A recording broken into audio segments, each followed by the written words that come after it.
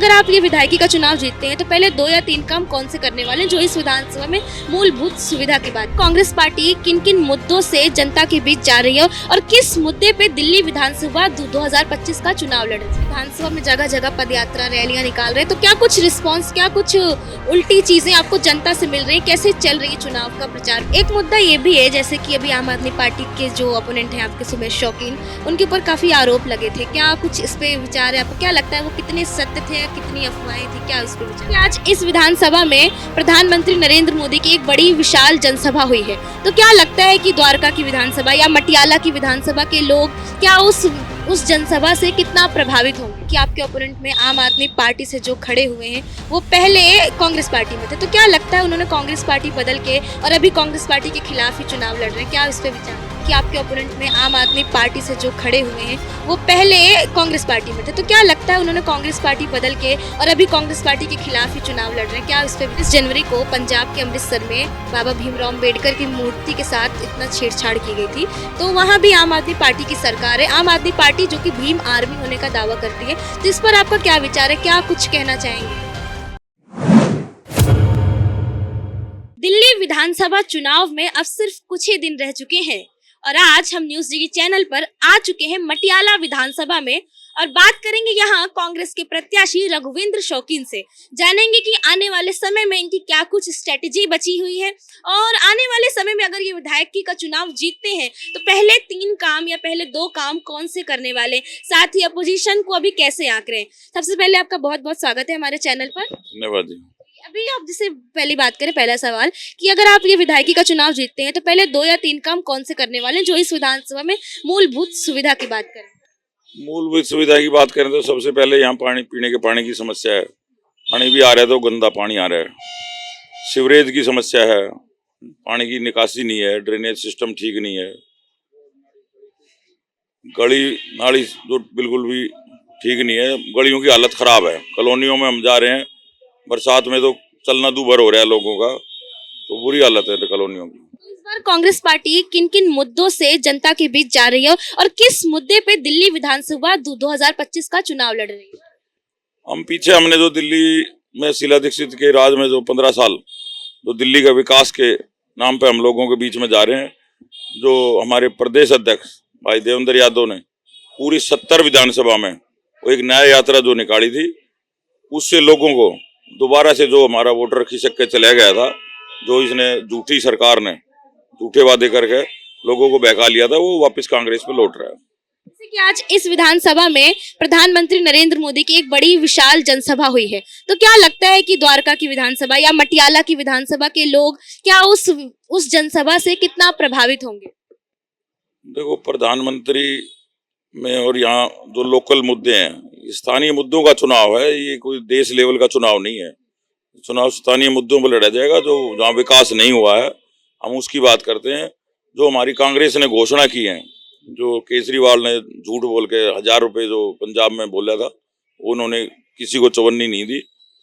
हमने जो घोषणा की है 2500 रुपये, जो महिलाओं को 2500 रुपये की घोषणा दी, हर महीने 2500 रुपये दिए जाएंगे। 25 लाख रुपए का बीमा हर जो नागरिक है दिल्ली का, 25 लाख रुपए का बीमा, चाहे वो सरकारी हॉस्पिटल में इलाज कराए या प्राइवेट में कराए।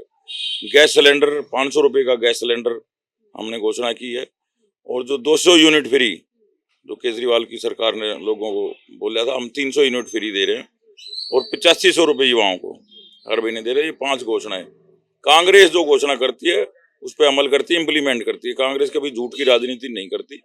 जिन जिन राज्यों में हमारी सरकार है वहाँ हमने दिया है। शीला दीक्षित के ऊपर भी कई सारी टिप्पणियां की जा रही थी इस चुनाव में, कई सारे आरोप लगाए जा रहे थे, उन सब को लेकर आप विपक्ष को क्या जवाब देना चाहते हैं। शीला दीक्षित पे कौन से आरोप वो लगाए थे जो भ्रष्टाचार के, उन्होंने कोई भी निराधार साबित हुए, जो झूठ बोल के लोगों के बीच में आए थे। इनके 4 मंत्री आपको पता है जेल से जमानत पे रिहा हुए हैं। खुद इनका पार्टी का जो मुखिया है वो भी जमानत पे है, तो इनका तो दिल्ली से सुपड़ा साफ हो रहा है, और मटियाला में हम भारी बहुमत से विजय कर रहे हैं। अगर यहाँ बात करें कि आपके ओपोनेंट में आम आदमी पार्टी से जो खड़े हुए हैं वो पहले कांग्रेस पार्टी में थे, तो क्या लगता है उन्होंने कांग्रेस पार्टी बदल के और अभी कांग्रेस पार्टी के खिलाफ ही चुनाव लड़ रहे हैं, क्या इस पे विचार है। आप एक बात बताओ, जो 5 बार जिस पार्टी ने उसका मान सम्मान किया हो, वो उस पार्टी को धोखा दे के भाग सकता है। सत्ता के लालची लोगों को पब्लिक सबक सिखाएगी।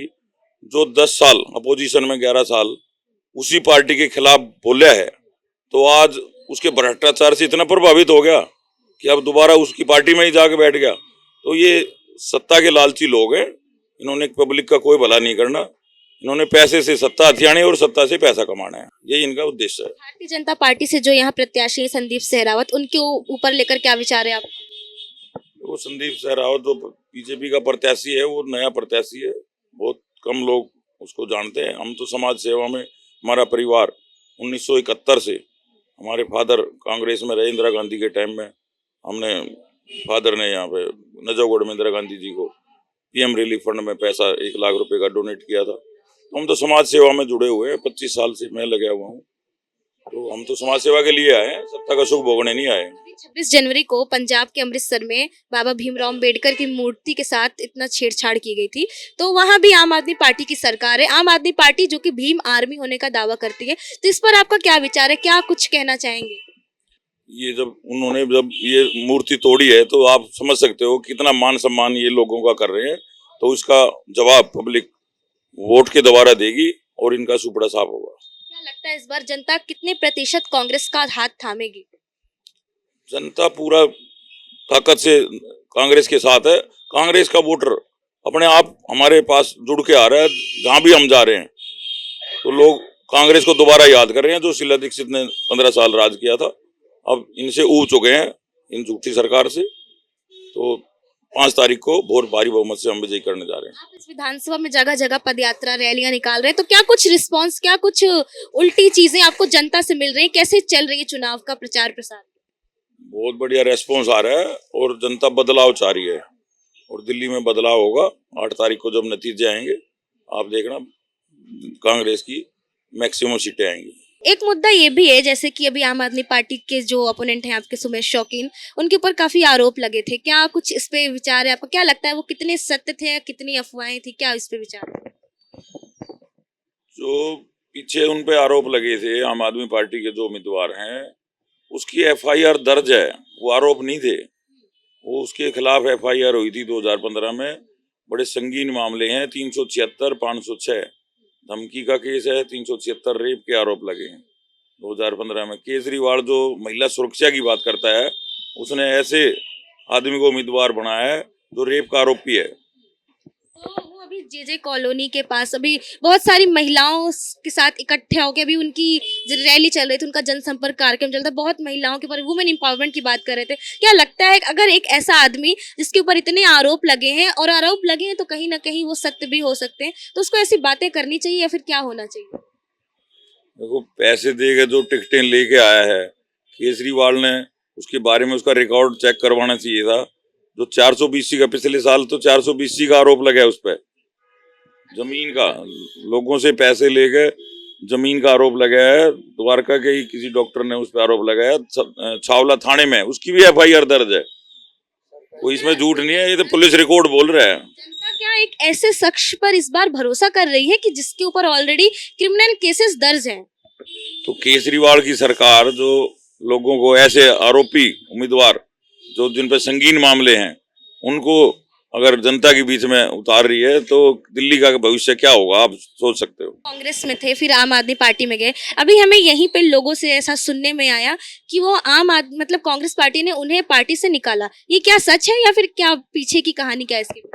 पार्टी ने बिल्कुल उनको मना कर दिया था कि तुम्हारे को अब की बार टिकट नहीं देनी है। हमारे जो प्रदेश अध्यक्ष थे, उन्होंने बिल्कुल क्लियर कर दिया था। तो अपनी इज्जत बचाने के लिए दूसरी पार्टी में भाग गए। तो इस तरह के जो सत्ता के लालची हैं, जो पार्टी को धोखा देंगे फिर जनता को देंगे, उस पर कैसे लोग विश्वास करेंगे, आप बता सकते। ये थे हमारे साथ मटियाला विधानसभा से कांग्रेस के प्रत्याशी रघुवेंद्र शौकीन जी। इस तरीके से इन्होंने बताया कि इस विधानसभा के लोगों की क्या मूलभूत सुविधाएं हैं जो अभी तक नहीं मिल पाई हैं, कांग्रेस का मैनिफेस्टो क्या है, आने वाले समय में क्या क्या चीजें, क्या क्या सुविधाएं ये जनता को देंगे। और साथ ही इन्होंने ये भी बताया कि कैसे शीला दीक्षित के समय को, शीला दीक्षित का जो कार्यकाल रहा उसको अब जनता कितना याद कर रही है, और इस बार दिल्ली की जनता किसको चाह रही है, क्या कांग्रेस पार्टी की सरकार इस बार दिल्ली की जनता में बन पाएगी। तब तक के लिए बने रहिए हमारे साथ सिर्फ और सिर्फ न्यूज़ जिगी चैनल पर। मैं निशा सोनी।